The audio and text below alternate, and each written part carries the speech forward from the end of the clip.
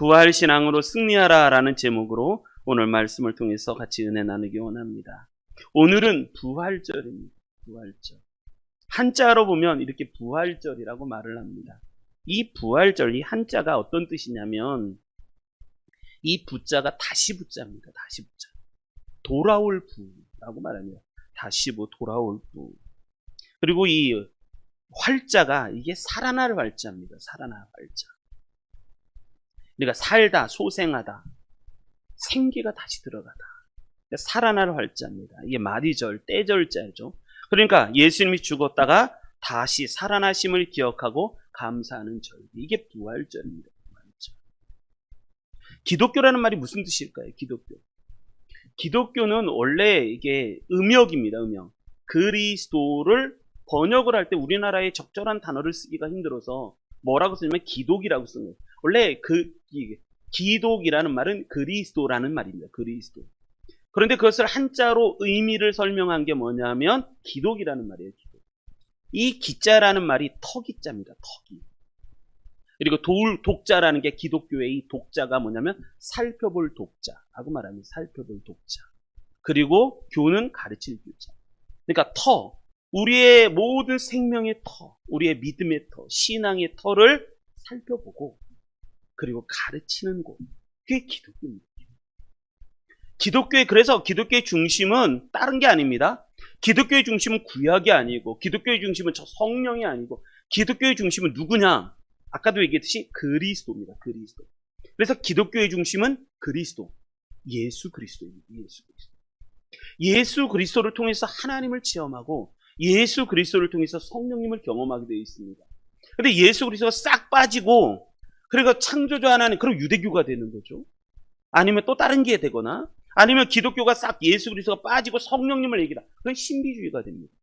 그래서 항상 기독교의 중심은 뭐가 되냐면 예수 그리스도가 됩니다. 그래서 그리스도교라고 말합니다. 그리스도교. 그래서 한자로 말했을 때 기독교라고 말합니다. 기독교. 그래서 교회가 늘 언제나 가르치고 전하고 하는 것은 누구냐면 예수 그리스도. 예수 그리스도. 예수님이 길이요. 예수님이 진리요. 예수님이 생명이기 때문에 그렇습니다. 예수님을 통하지 않고서는 아버지께로 갈 자가 없다고 말했습니다. 다른 이름을 우리에게 주신 적이 없어요. 예수 그리스도로 말미암아 그분으로 아니면 우리 하나님께로 갈 방법이 없어요. 그래서 기독교라고 말합니다. 그래서 기독교가 복음을 전할 때 내 기둥이라고 말합니다. 기독교가 복음을 전할 때 그 복음의 핵심은 내 기둥을 설교하는 거죠. 설명하는 거죠. 이 내 기둥을 초대교회 교회의 모든 전도자들이 사도들이나 바울이나 베드로나 사도들의 이 초대교회 전도자들이 이 내 기둥을 중심으로 해서 말씀을 전했습니다. 그래서 이것을 복음이라고 말합니다. 그 내 기둥이 뭐냐? 그것이 뭐냐면 이렇게 됩니다. 첫째가 뭐냐면 예수 그리스도의 속죄의 주, 대속의 주. 그래서 그리스도의 십자가. 이게 첫 번째 메시지입니다. 내 기둥 중에 가장 기초가 되는 그리스도의 십자가 그리고 대속의 주, 속죄의 주.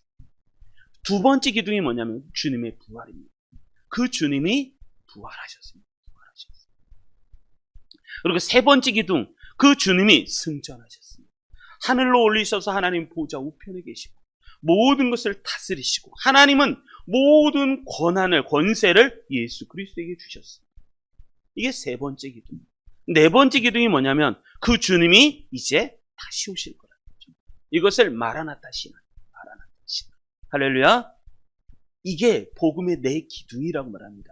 초대교회 모든 성도들은, 초대교회 모든 사도들은, 제자들은 이 네 기둥을 중심으로 해서 복음을 전했습니다. 다른 것으로 전하지 않았습니다. 너 기도하면 방언 받을 거야. 너 기도하면 뭐 신비로운 체험을 할 거야. 너 기도하면 병이 날 거야. 그렇죠. 그런 은혜들 받습니다. 뭐 저도 교회 다닌 지 한 45일 만에 방언을 받았으니까요. 그런 은혜가 있지만 그러나 깊이 있게 기독교를 체험하고 하나님을 체험하려면 예수 그리스도 중심이 되어야 됩니다. 예수 그리스도가 중심이 되지 않으면 흔들립니다. 왜 이렇게 신앙이 흔들릴까요? 예수 그리스도에게서 벗어났기 때문에 그렇습니다. 그래서 기독교의 중심은 항상 이 네 기둥이랍니다. 네 기둥. 그래서 오늘 고린도전서 15장 말씀은 이 두 번째 기둥, 주님의 이 부활교리, 부활신앙, 이것을 갖고 가장 중요하게 명백하게 복음을 전했다는 사실을 우리가 이 고린도서 15장을 통해서 알 수 있습니다. 고린도서 15장 19절은 이렇게 얘기합니다. 만일 그리스도 안에서 우리가 바라는 것이 다만 이 세상 삶뿐이면 모든 사람 가운데 우리가 더욱 불쌍한 자가 되리라. 그러니까 우리가 바라는 것이 이 세상이 아니라, 그러면 이 세상의 삶뿐이면 이것을 넘어서서 가르칩니다. 넘어서서. 그래서 이 부활의 신비, 기독교의 신비는 부활에 있습니다. 그러니까 교회는요, 상식적인 얘기만 하지 않습니다. 윤리적인, 도덕적인 얘기를 하지 않습니다. 그렇게만 얘기하면 그건 철학입니다. 철학. 이것을 넘어서서 예수 그리스도가 죽으셨다가 부활하신 사건, 그분이 승천하시고 그분이 다시 이 땅에 재림하실 것이라는 사건, 이것을 전하는 것이 기독교입니다. 천사들도 이 사실을 알렸습니다. 천사가 예수님께서 부활하시고 난 후에, 저는 이 말씀이 너무 좋습니다. 천사가 마태복음 28장 5절로부터 7절에 보면 천사가 여자들에게 말하여 이르되, 여기에는 막달라 마리아가 있었죠. 천사가 여자들에게 말하여 이르되, 너희는 무서워하지 말라. 십자가에 못 박히신 예수를 너희가 찾는 줄을 내가 아노라. 그가 여기 계시지 않고 그가 말씀하신 대로 살아나셨느니라. 와서 그가 누우셨던 곳을 보라. 저는 이 말씀이 참 은혜가 됐어요. 천사도 예수님을 증거하셨는데 뭘 증거했느냐? 천사도 예수님의 부활을 증거했어요. 천사가 여자들에게 너희는 무서워하지 말라. 십자가에 못 박히신 예수를 너희가 찾는 줄을 내가 아노라. 그는 여기 계시지 않고 그가 말씀하시던 대로 어떻게 하셨다고요? 살아나셨다고. 살아나셨다. 그리고 와서 보라는 거예요. 와서 그 무덤을, 그리고 그가 누우셨던 곳을 와서 보라는 거예요. 그분이 여기 없지 않느냐. 이건 누가 얘기한 거예요? 천사가. 와서 보라는 거예요. 와서 보라. 또 빨리 가서 그의 제자들에게 이르되, 그가 죽은 자 가운데서 살아나셨고 너희보다 먼저 갈릴리로 가시나니 거기서 너희가 배우리라 하라. 보라, 내가 너희에게 일렀느니라 하거든. 이건 천사가 전한 부활의 소식입니다. 부활의 소식. 그래서 세상의 종교와 기독교의 차이점은 죽음이 아니라 그 다음 어떻게 되느냐는 거예요. 그것은 부활에 있습니다. 이 부활의 은혜를 받으시기 바랍니다. 그래서 기독교의 핵심은 다른 게 아닙니다. 기독교의 핵심은 부활에 있습니다. 부활이 없으면 기독교가 없습니다. 부활이 없으면 기독교가 탄생하지 않았습니다. 오늘 아침에 이제 우리 아들하고 우리 가족이 이렇게 오는데 주일 얘기를 한 거예요. 주일. 여러분, 부활의 증거가 뭔지 아십니까? 주일입니다. 주일. 그래서 주일은 무슨 날이냐면 주님을 만나는 날입니다. 주님을 만나는 날. 원래는 토요일이 안식일이었죠. 토요일. 일주일의 마지막 날. 그런데 예수님이 무덤에 갇히셨어요. 그 토요일 날 안식일은 무덤에 계셨어요. 그리고 주일날 주님이 부활하신 그날. 그래서 예수님이 이 땅에 부활하시고 나서 40일을 사셨는데 40일 동안 끊임없이 언제 나타나셨어요? 주일에. 그래서 주일을 초대교회부터 지키기 시작했어요. 그래서 뭐라냐면 안식 후 첫날, 안식 후 첫날 이렇게 얘기하는 거예요. 안식 후 첫날. 그래서 주일을 지키기 시작했죠. 이것이 부활 사건입니다. 부활 사건. 자, 이 부활의 축복을 받으시기 바랍니다. 오늘 말씀이 이 부활의 축복입니다. 부활의 축복. 그 부활 신앙으로 잘 승리하시는 우리 성도님들 되시길 주님의 이름으로 축복합니다. 자, 그러면 부활의 축복이 어떤 축복이 있는가? 오늘 말씀을 통해서 같이 은혜 나누기 원합니다. 1절부터 4절 우리 같이 한 목소리로 읽겠습니다. 1절부터 4절 읽습니다. 시작. 형제들아, 내가 너희에게 전한 복음을 너희에게 알게 하노니 이는 너희가 받은 것이요 또 그 가운데 선 것이라.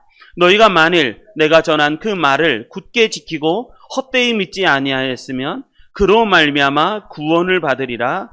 내가 받은 것을 먼저 너에게 전하였노니 이는 성경대로 그리스도께서 우리 죄를 위하여 죽으시고 장사 지난 바 되었다가 성경대로 사흘 만에 다시 살아나사. 아멘. 여기서 보면 사도 바울이 내가 받은 것을 먼저 너에게 전하였노니 라고 하면서 세 가지를 설명합니다. 내가 받은 것 그대로 너에게 전하는데 뭐를 전하느냐면 첫 번째, 이는 성경대로 그리스도께서 우리 죄를 위하여 죽으셨다. 그리스도께서 우리 죄를 위하여 죽으시고, 두 번째, 장사 지낸 바 되었다가 무덤에 장사되셨다는 거죠. 그리고 세 번째, 성경대로 사흘 만에 다시 살아나사. 성경의 말씀대로 다시 살아나셨다. 이것은 예언의 말씀이었습니다. 예언의 말씀. 구약에 수없이 많은 선지자들이, 그리고 다윗의 시편에 예수님이 죽음에서 부활하실 거잖아. 그런 예언이 있었습니다. 그 성경의 말씀대로, 예언대로 예수님이 다시 부활하셨다. 부활하셨다. 우리는 이 말씀을 갖고 우리가 살아갑니다. 이 부활의 축복, 첫 번째 축복은 뭐냐면 예수님이 죽음을 이기셨다. 죽음을 이기셨다. 이런 은혜가 있으시기 바랍니다. 우리가 장례식장에 가면 뭐를 드리냐면 국화꽃을 드립니다. 헌화를 하죠. 장례식장에 가면 다 무슨 색깔의 옷을 입어요? 장례식장에 가면 검은색을. 왜 검은색을 입는가? 그건 죽음을 상징합니다. 그러니까 죽음이 우리 가운데 임했다. 그리고 우리는 슬프다. 애도하는 시간. 그래서 다 검은색이 상징하는 죽음을 상징합니다. 그런데 이 검은색, 다 검은색을 입습니다. 그런데 그 중에 하얀색으로 된 게 있어요. 하얀색. 그게 뭐냐면 국화입니다. 하얀색. 원래 유교에서는 뭘 했냐면 향을 피우고 절을 하고 그랬어요. 그런데 기독교는 그렇지 않습니다. 국화를 헌화하는 거예요. 향을 피우거나 그러지 않습니다. 국화를 헌화하고 유가족을 위해서 기도하고 유가족들과 인사를 합니다. 그게 다릅니다. 왜냐하면 국화 때문에. 원래 이 국화라고 말하는 의미는, 국화 꽃말은 뭐냐면 성실, 진실, 감사, 이런 의미가 있습니다. 그런데 이 뒤에 숨어있는 뜻이 하나가 더 있습니다. 그것은 뭐냐면 이 기독교만이 갖고 있는 의미인데, 장례식에 이 국화를 쓰일 때는 이게 뭐냐면 순수함, 고결함, 이것을 상징합니다. 그러니까 뭐가 있냐면 죽음 이후에 새로 시작하는 그러한 새로운 삶이 있다. 그 삶은 어린아이처럼 순수하고 고결된 삶. 지금은 몸이 아파서 돌아가시거나 때로는 나이가 연세가 많이 돼서 돌아가시거나, 그러나 그분이 다시 부활하셔서 처음 순수한 삶, 다시 고결한 삶, 깨끗한 삶으로 다시 시작하라는 의미입니다. 죽음을 넘어서 새로운 삶을 상징하는 꽃, 그게 뭐냐면 국화입니다. 국화. 그래서 국화를 헌화하는 거예요. 예전에 미국 대통령이 있었습니다. 미국 대통령. 그러니까 부시가 대통령이었었죠. 그 사람이 부시가 부통령 시절에, 예전에는 지금은 러시아가 이제 많이 분리가 됐지만, 소련이 다 분리가 돼서 러시아가 됐지만, 예전에 소련이었을 시절에 그 소련의 수상의 장례식에 미국 대표로 참석을 했습니다. 미국의 부통령이었던 부시가. 장례식은 공산당의 관례대로 진행되었습니다. 가보니까 장례식장이 온통 검정색이에요. 그리고 온통 붉은색으로 덮여 있어요. 붉은색으로 덮여 있었습니다. 장례식의 말미에 이제 고인을 위한 마지막 경의를 표하는 순서가 있었습니다. 그때 그 수상의 아내가 마지막 경의를 표하는 마지막 시간을 갖습니다. 그런데 그 아내의 품에 뭐가 있었냐면 백합꽃이 있었어요. 백합꽃. 여러분, 백합꽃은 아십니까? 백합꽃. 우리는, 기독교는 이 백합꽃을 굉장히 중요하게 여깁니다. 백합꽃. 이 백합꽃이 상징하는 것은, 그러니까 공산당의 수상이었던 그 남편의 아내가 품에 뭘 갖고 있으면 백합꽃입니다. 그래서 그 백합꽃을 우리나라에서는 국화를 헌화하지만, 이제 러시아에서는, 그러니까 러시아 정교회라고 말하죠. 러시아 정교회. 그것도 이제 기독교의 어떤 한 부류인데, 거기서 뭐냐, 이분이 갑자기 품에서 뭘 꺼냐면 백합꽃을 꺼내서 헌화하는 거예요. 이게 국화꽃을 헌화한 것처럼 이 백합꽃을 꺼내서 한 송이를 관 위에다가 놓는 거예요. 이 백합꽃이 상징하는 것은 뭐를 say냐면 예수 그리스도를 상징해요. 예수 그리스도의 부활을 상징해요. 그래서 우리 교회도 백합꽃이 있습니다. 할렐루야. 백합꽃이 어디 있을까요?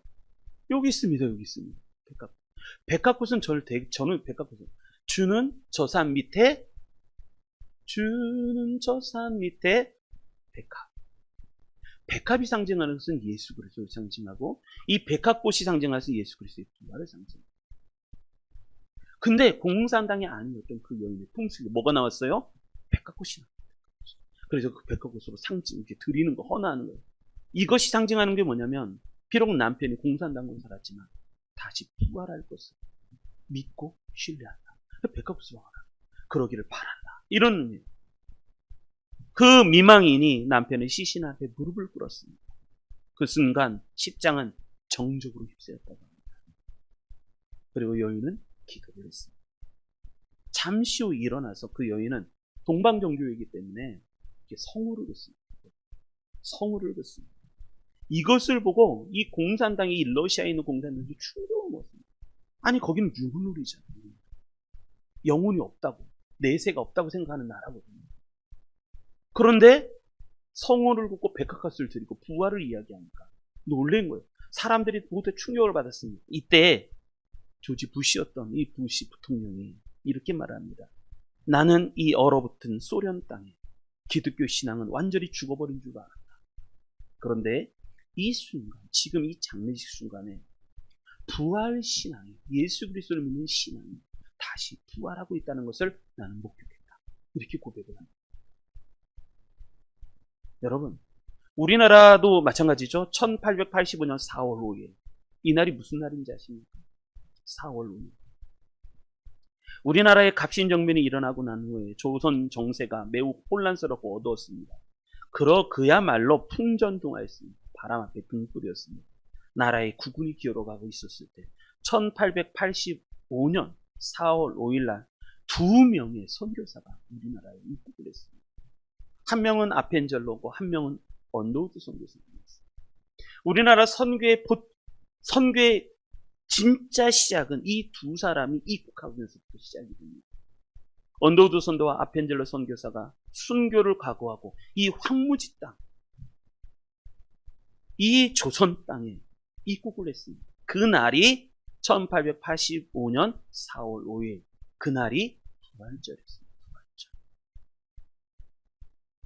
부활절날, 부활주일날 언더우드와 아펜젤로 선교사가 거센 풍랑을 헤치고 인천 제물포항에 도착을 했습니다.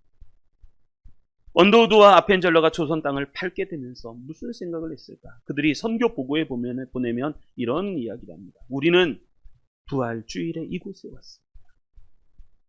그날 사망의 철창을 부수시고 부활하신 예수님께서 조선의 결박을 끊어주시고 하나님의 자녀로 빛과 자유의 세계로 인도해 주시기를 우리는 기도했습니다. 그러니까 굉장히 의미 있는 거예요. 우리나라에 선교사들이 처음 왔을 때 그날이 부활절이었다. 이것은 축복입니다. 축복. 그래서 우리나라에 수없이 많은 영혼들이 구원을 받았고 지금 우리가 이렇게 마음껏 신앙생활을 했던 이유는 그 선교사님들이 부활절날 우리나라에 입국했기 때문에, 그래서 복음을 전했기 때문에 우리가 신앙생활을 이렇게 할 수 있는 거죠.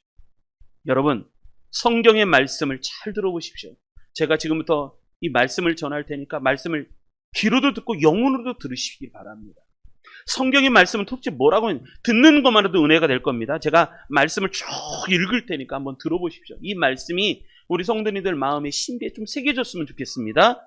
자, 말씀을 쭉 부활의 말씀을 전해보도록 하겠습니다. 고린도후서 4장 4절, 주 예수를 다시 살리시니가 예수와 함께 우리도 다시 살리사 너희와 함께 그 앞에 서게 하실 줄을 아노라.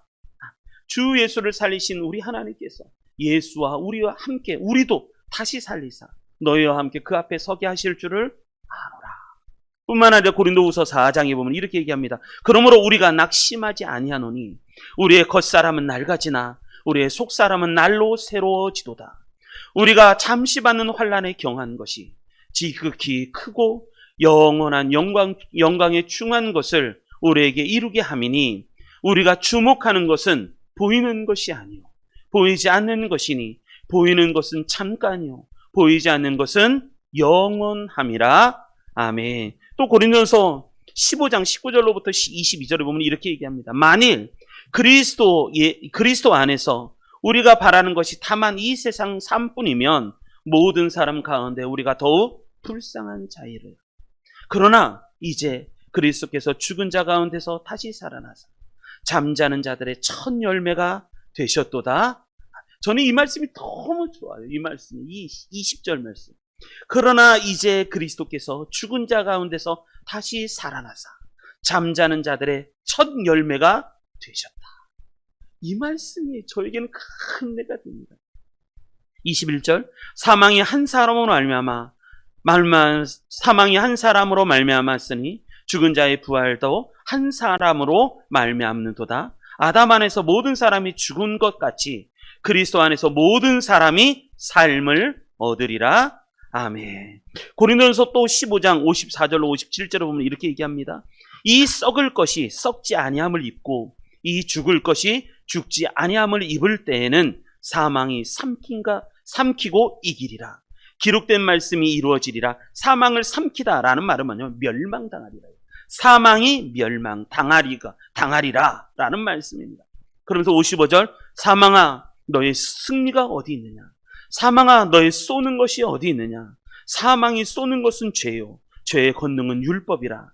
우리 주 예수 그리스도로 말미암아 우리에게 승리를 주시는 하나님께 감사하노니 아멘.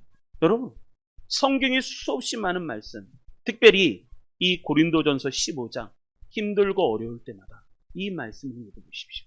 내 믿음이 좀 흔들릴 때가 있을 겁니다. 흔들릴 때도 이 고린도전서 15장을 읽어보십시오. 이 말씀을 깊이 묵상하십시오. 그러면 영의 세계가 열리고 영적인 눈이 떠질 거라고 믿습니다. 그리고 보이지 않는 게 보이고 내가 신앙생활하는 것이 이 땅을 중심으로 했구나라는 걸 깨닫게 되고 다시 하나님 나라를 소망하게 될 줄 믿습니다. 이것이 고린도서 15장의 말씀입니다. 15장. 여러분 이것이 부활입니다. 부활. 그런데 고린도전서 15장 1절 2절에 보면 이렇게 얘기합니다. 형제들아 내가 너희에게 전한 복음을 너희에게 알게 하노니 내가 전한 복음을 너희가 알게 하노니 이는 너희가 받은 것이요 또 그 가운데 선 것이라. 너희가 만일 내가 전한 그 말을 굳게 지키고 헛되이 믿지 아니하였으면 그로 말미암아 무엇을 받으리라? 구원을 받으리라. 구원을 받으리라. 여러분 하나님이 주시는 축복, 부활의 축복은 뭐냐면 구원입니다.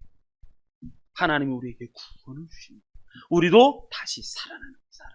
죄를 이기시고 하나님의 구원이 우리에게 임하셨다는 것. 그게 부활의 축복입니다. 부활의 축복. 자, 이런 은혜를 받으시기 바랍니다. 자, 우리 두 번째 말씀 5절부터 8절 읽겠습니다. 두 번째 부활의 축복 5절부터 8절 읽습니다. 시작. 게바에게 보이시고 후에 12 제자에게와 그 후에 500여 형제에게 일시에 보이셨나니 그 중에 지금까지 대다수는 살아있고 어떤 사람은 잠들었으며 그 후에 야고보에게 보이셨으며 그 후에 모든 사도에게와 맨 나중에 만삭되지 못하여 난 자 같은 내게도 보이셨느니라. 아멘. 우리가 여기서 이렇게 깊이 좀 살펴봐야 할 말씀이 뭐냐면 이 말씀입니다. 보이시고 라는 말이에요. 보이시고. 게바에게 어떻게 하시고요? 보이시고. 그리고 후에 12 제자에게와 그 후에 500의 형제에게 일시에 어떻게 하시고? 보이시고. 그리고 그 중에 지금까지 대다수는 살아있고 어떤 사람은 잠들었으며 그 후에 야고보에게 어떻게 하시고? 보이시고. 그 후에 모든 사도에게와 맨 나중에 만삭되지 못하여 난 자 같은 내게도 어떻게 하셨다? 보이셨느니라. 여기서 중요한 말씀이 보이셨다는 말씀입니다. 보이시고. 왜 보이셨을까요? 예수님이 성경에 이렇게 얘기합니다. 예수님이 부활하셨습니다. 할렐루야. 부활하시고 며칠 동안 이 땅에 살아계셨을까요? 할렐루야. 정답입니다. 정답. 40일. 그럼 며칠 후에 40일 후에 승천하셨죠? 그럼 며칠 후에 성령이 임하셨을까요? 열흘. 성령 강림주일이 임하셨죠. 그런데 왜 보이셨을까요? 몇 번을 보이셨을까요? 예수님 이 땅에 부활하셨습니다. 제자들에게 보이십니다. 맨 처음에 목격자 막달라 마리아에게 보이시고 12 제자에게 보이시고 10명의 제자. 그때는 가룟 유다가 없었죠. 10명의 제자에게 보이시고. 왜 자꾸 보이셨을까요? 이게 보이셨다는 게 총 몇 번이 나올까요? 할렐루야. 13번. 예수님이 부활하셨다는 것을 계속 보여주십니다. 왜 보이셨을까? 우리의 중요한 질문은 왜 보이셨을까? 믿지 못해서 그렇습니다. 제자들이 수없이 예수님이 순환을 예고했죠. 난 죽으면 3일 후에 부활한다. 내가 죽어서 예루살렘에 올라가서 십자가에 달려 돌아가실 것이고 그리고 나서 3일 후에 내 부활한다. 부활하리라 말씀을 전했습니다. 제자들이 믿지 못했어요.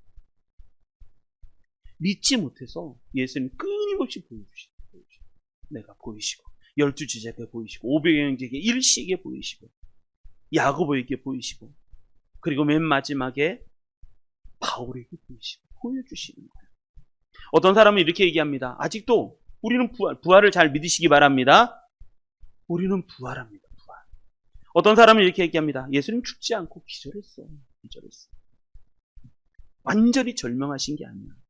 가사 상태에 기절했다가 가사 상태에 있다가 동굴 속에 들어가니까 굴 속에 들어가니까 무덤 속에 들어가니까 시원한 바람이 불어서 그래서 다시 깨어났다는 거예요. 여러분, 이게 가당키나 합니까?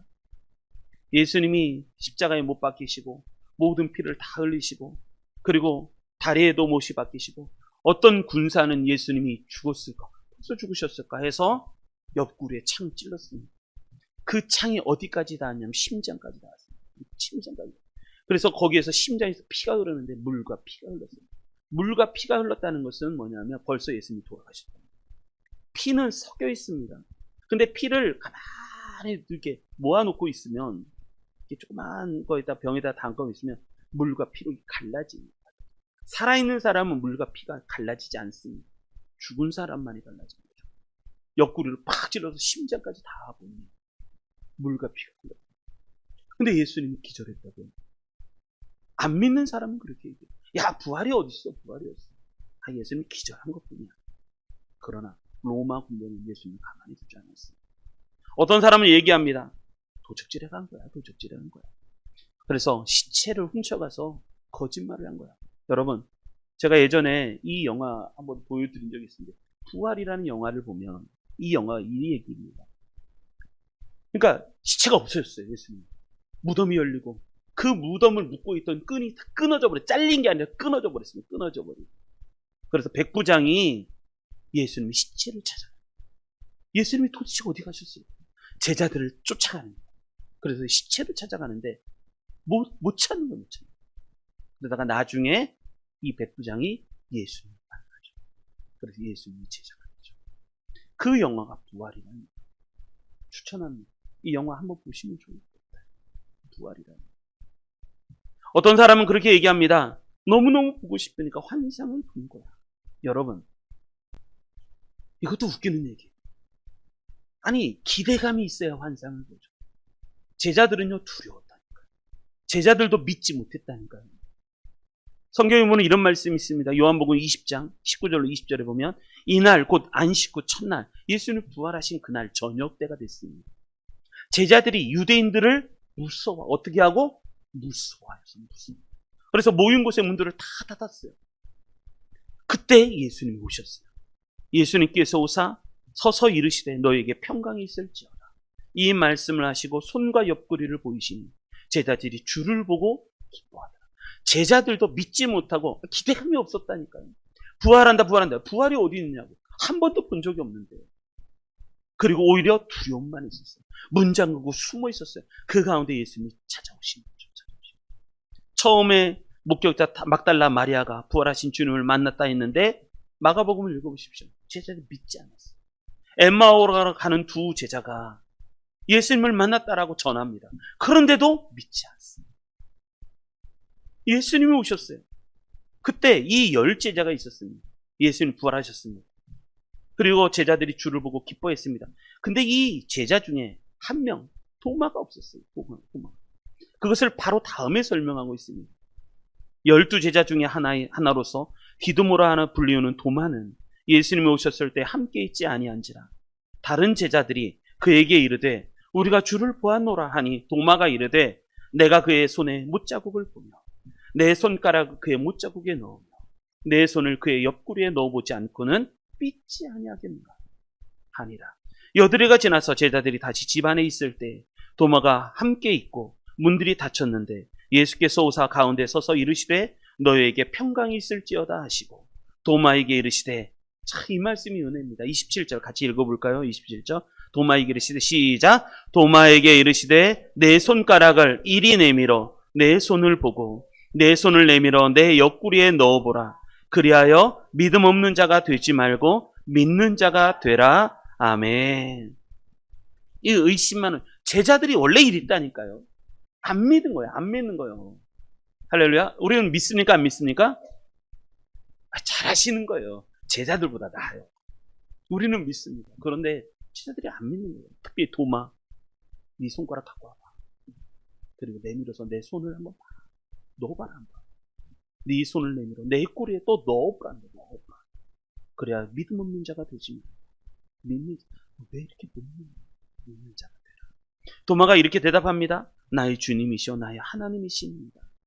예수께서 이르시되, 이것도 한번 읽겠습니다. 29절 시작. 예수께서 이르시되 너는 나를 본고로 믿느냐? 보지 못하고 믿는 자들은 복되도다 하시니라. 아멘. 여러분, 제자들도 믿지 않았습니다. 제자들 믿지를 못했던 거예요. 뿐만 아니라 어떤 사람은 이렇게 얘기합니다. 거짓말하는 거예요. 거짓말하는 거예요. 여러분, 제자들이 다 순교를 당했습니다. 도마도 순교, 인도에 가서 도마도 순교를 당했습니다. 10제자, 11제자, 마띠아도 순교를 당했습니다. 그리고 바울도 순교를 당했고, 누가도 순교당했습니다. 마가도 순교를 당했습니다. 여러분, 거짓말을 위해서 목숨을 내놓을 사람이 없습니다. 내가 거짓말했다. 미안하다. 이렇게 하면 끝나는 건데, 거짓말을 위해서 목숨을 걸고 거짓말을 증거할 사람이 세상에 어디 있습니까? 초대교회사에 보면 이 믿음, 예수님이 부활하셨다는 것을 믿는 그 믿음 때문에 죽은 사람, 순교당한 사람이 수만 명이 됩니다. 수만 명. 콜로세움에서 어떤 제자는 이렇게 얘기합니다. 사자를 며칠씩 굶겨놓고 풀어놓는 거예요. 사자밥이 되면서 사자야 와서 너는 나를 뜯으라. 내 살을 찢고 내 살을 부숴버려서 네가 먹으라는 거예요. 나는 오늘 주님을 만나. 죽음이 감당할 수 없는 거예요. 왜? 부활신. 그런데 지금 말씀에 보면 이렇게 얘기합니다. 게바에게 보이시고 그 후에 12제자에게와 그 후에 500여 형제에게 일시에 보이셨나니. 다 보여주셨다는 거예요. 지금 예수님을 죽인 사람들, 예수님을 십자가에 못 박아가는 사람 다 살아있다니까요. 거짓말하면 통하겠습니까? 안 통하죠. 내가 봤는데. 근데 부활한다. 그때 베드로의 설교로 인해서 주님 앞에 돌아온 사람이 3천여 명이 넘고, 그 다음에 5천여 명이 넘고, 그래서 초대교회, 예루살렘 교회의 성도가 2만 명이 넘는 성도가 있었죠. 마지막에는 핍박자였던 바울조차도 예수님을 믿었어요. 여러분, 두 번째 부활의 축복이 뭐냐면 믿음의 확신입니다. 혹시나 흔들리거나 내 믿음이 흔들리거나 내 믿음이 진짜 내가 잘 믿고 있는가? 나 정말 잘 믿고 있는가? 흔들리시거나 이게 확신이 흔들린다면 고린도서 15장을 다시 보십시오. 다시 차근차근 이 말씀을 읽어보셔야 됩니다. 그래서 예수님 말씀하신 것처럼 너를 나를 본고로 믿느냐? 보지 못하고 믿는 자가 복되다. 이 말씀을 잊지 마시기를 바랍니다. 그래서 이 부활 사건이 총 13번에 합니다. 성경 말씀을 잘 찾아보십시오. 13번 정도가 나옵니다. 부활의 두 번째 축복은 우리에게 믿음의 확신을 주시는 것입니다. 그래서 우리 신앙은 다른 게 아닙니다. 부활 신앙이 우리의 목표입니다. 잊지 마시길 바랍니다. 그리고 세 번째, 그리고 맨 마지막 8절로부터 10절 같이 보겠습니다. 8절로부터 10절 읽습니다. 시작. 맨 나중에 만삭되지 못하여 난 자 같은 내게도 보이셨느니라. 나는 사도 중에 가장 작은 자라. 나는 하나님의 교회를 박해하였으므로 사도라 칭함받기를 감당하지 못할 자니라. 그러나 내가 나된 것은 하나님의 은혜로 된 것이니 내게 주신 그의 은혜가 헛되지 아니하여 내가 모든 사도보다 더 많이 수고하였으나 내가 한 것이 아니요 오직 나와 함께 하신 하나님의 은혜로라. 아멘. 자, 여기에서 주목해서 볼게요. 은혜가 몇 번 나올까요? 10절에 보면 은혜라는 단어가 나옵니다. 은혜가 몇 번이 나올까요? 한번 쫙 살펴보시고 은혜가 몇 번 나옵니다. 예, 그렇죠. 은혜라는 말이 3번이 나옵니다. 그러나 내가 나된 것은 하나님의 은혜로 된 것입니다. 내게 주신 그의 은혜가 헛되지 아니하여 내가 모든 사도보다 더 많이 수고하였으나 내가 한 것이 아니요 오직 나와 함께 하신 하나님의 은혜로다. 세 번째 축복. 그건 내게 은혜 주신다. 내게 은혜 주시려고 예수님이 부활하신 부활의 축복, 세 번의 축복은 뭐냐면 하나님이 내게 은혜 주시기. 사도 바울이 어떤 사람입니까? 반대자이고 폭행자이고 핍박자이고 그리고 괴수 중에 죄인들 중에 괴수라고 얘기합니다. 나의 나된 것은 하나님의 은혜로 된 것이라. 내게 주신 그의 은혜가 헛되지 아니하여 내가 모든 사도보다 더 많이 수고하였으나 내가 하는 것이 아니요 오직 나와 함께 하신 하나님의 은혜로다. 여러분, 예수님 부활하신 부활의 세 번째 축복, 우리 성도님들에게 은혜 주시기 위해서, 이 은혜가 우리 성도님들에게 충만하시기를 주님의 이름으로 축복합니다. 그래서 오늘 말씀의 결론이 그렇습니다. 오늘 말씀의 결론, 고린도전서 15장 20절 말씀. 그러나 이제 그리스도께서 죽은 자 가운데서 다시 살아나사 잠자는 자들의 첫 열매가 되셨다. 베드로의 이 부활신앙이 있습니다. 베드로의 부활신앙, 베드로가 어떻게 고백하냐면 이렇게 고백합니다. 베드로전서 1장에 보면 이렇게 고백합니다. 우리 주 예수 그리스도의 아버지 하나님을 찬송하리로다. 그의 많으신 긍휼대로 예수 그리스도를 죽은 자 가운데서 부활하게 하심으로 말미암아 우리를 거듭나게 하사 산소망이 있게 하시고 썩지 않고 더럽지 않고 쇠하지 아니하는 유업을 있게 하시나니 곧 너희를 위하여 하늘에 간직하신 것이라. 21절, 너희는 그를 죽은 자 가운데서 살리시고 영광을 주신 하나님을 그리스도로 말미암아 믿는 자니 너희 믿음과 소망이 하나님께 있게 하려 합니다. 하나님께 소망을 주시는 베드로의 부활 신앙은 소망의 신앙, 기쁨과 소망의 신앙이었습니다. 그리고 사도 바울의 이 부활 신앙은 이렇습니다. 빌립보서 3장 10절로 11절에 보면 내가 그리스도와 그 부활의 권능과 그 고난에 참여함을 알고자 하여 그 죽으심을 본받아 어떻게 해서든지 죽은 자 가운데서 부활에 이르려 하노니. 저는 여기서 어떻게 해서든지가 참 은혜가 되는 거예요. 어떻게 해서든지 이게 바울의 부활 신앙이에요. 어떻게 해서든지 죽은 자 가운데서 부활에 이르려 하노니. 어떻게 해서든지 나는 죽은 자 가운데서 부활에 이르고 싶다는, 이게 사도 바울의 마음이에요. 여러분, 우리는 어떻습니까? 부활에 이르고 싶습니까? 그냥 부활 믿으면 감사, 아니면 뭐 그만. 아니요, 사도 바울의 부활 신앙은 그렇지 않았습니다. 간절했습니다. 어떻게 해서든지 나는 죽은 자 가운데서 부활에 이르고자 한다. 이것이 내 소망이다. 이렇게 말을 합니다. 그래서 디모데후서 사도 바울의 유언에 보면 이렇게 얘기합니다. 2장 8절. 디모데후서는 사도 바울이 가장 마지막 순교당하기 전에 쓴 그 서신이 디모데 후서잖아요. 이 자기의 영적 아들 디모데에게 이렇게 말합니다. 내가 전한 복음대로 다윗의 씨로 죽은 자 가운데서 다시 살아나신 예수 그리스도를, 죽은 자 가운데서 다시 살아나신 예수 그리스도를 기억하고. 내 사랑하는 아들 디모데야, 너는 내가 전한 복음대로 죽은 자 가운데서 다시 살아나신 예수 그리스도를 기억. 여러분, 이 은혜가 우리 성도님들이 있으시길 바랍니다. 하나님은 우리에게 부활 축복을 주셨습니다. 첫 번째 축복이 우리로 하여금 죄를 이기시고 그리고 구원을 주셨던 그 하나님의 부활하심, 예수 그리스도의 부활의 축복. 그 축복. 두 번째 축복, 우리에게 믿음의 확신을 주시는 부활의 축복. 세 번째, 내게 은혜 주시는 축복. 이 은혜가 우리 성도님들에게 넘쳐서 오늘 하루도 이 부활 신앙으로 잘 승리하시기를 주님의 이름으로 축원합니다.